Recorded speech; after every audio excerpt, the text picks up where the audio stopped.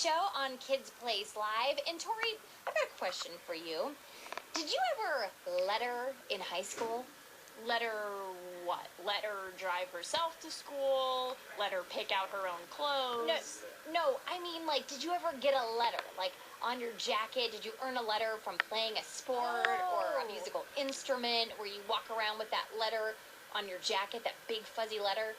I never got the big fuzzy letter. You never got the big fuzzy? I got the big fuzzy letter, but not for sports. Of course it was not for sports. I got it for band and speech and debate. Ah, the sport of the mind. I know, the sports of the mind. There we go. And my mom still tries to get me to take my letter jacket home every time I go visit her in Florida. Oh, don't you want to wear this? No, I don't want to wear this anymore. However, I've got a story for you of a 92-year-old man who lives in Winston-Salem, North Carolina. His name is Mal Osborne, and he got a varsity letter jacket from the University of Maine 60 years ago for running track. He was a big track runner. He earned his letter, he got it on his jacket, and he wore that jacket, Tori, for 60 years. Which is really, I'm confused because he's 92 years old and he wore it for the last 60 years.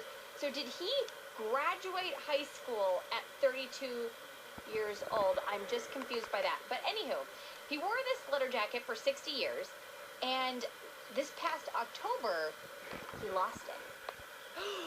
Now imagine wearing a jacket that you earned with pride for 6 decades, and then you lose it.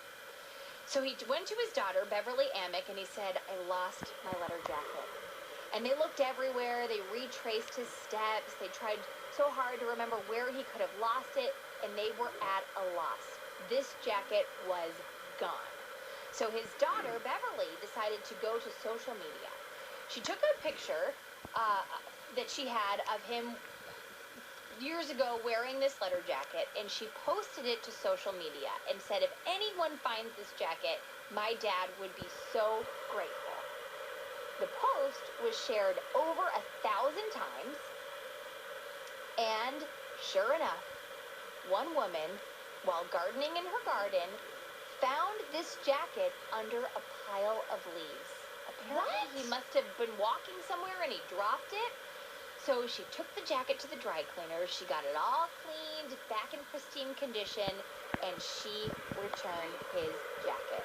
And he's reunited with it again. Just a really heartwarming tale of lost and found.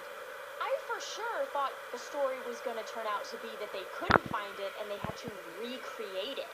And they found somebody who makes custom jackets and they made it brand new, but this is so much better.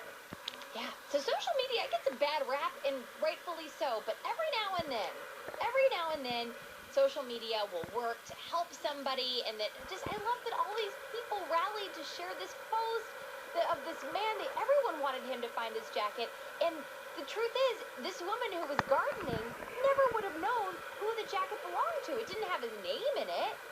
She didn't know him. It was just found in her garden, under leaves. This is like the grown-up version of when you lose a lovey or a stuffy, call it what you will. Maybe you leave it at a hotel or it gets dropped in an airport, and people come together to reunite the lost lovey with their kid.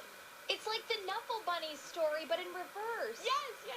Knuffle Bunny, by the way, that's a great book. I'm sure every single listener has probably read Knuffle Bunny or Knuffle Bunny. I know there's a lot of controversy over how you pronounce that word, but Knuffle Bunny by Mo Willems is a great book. In fact, there's a trilogy. There's 3 books in the series, so pretty good picture book there.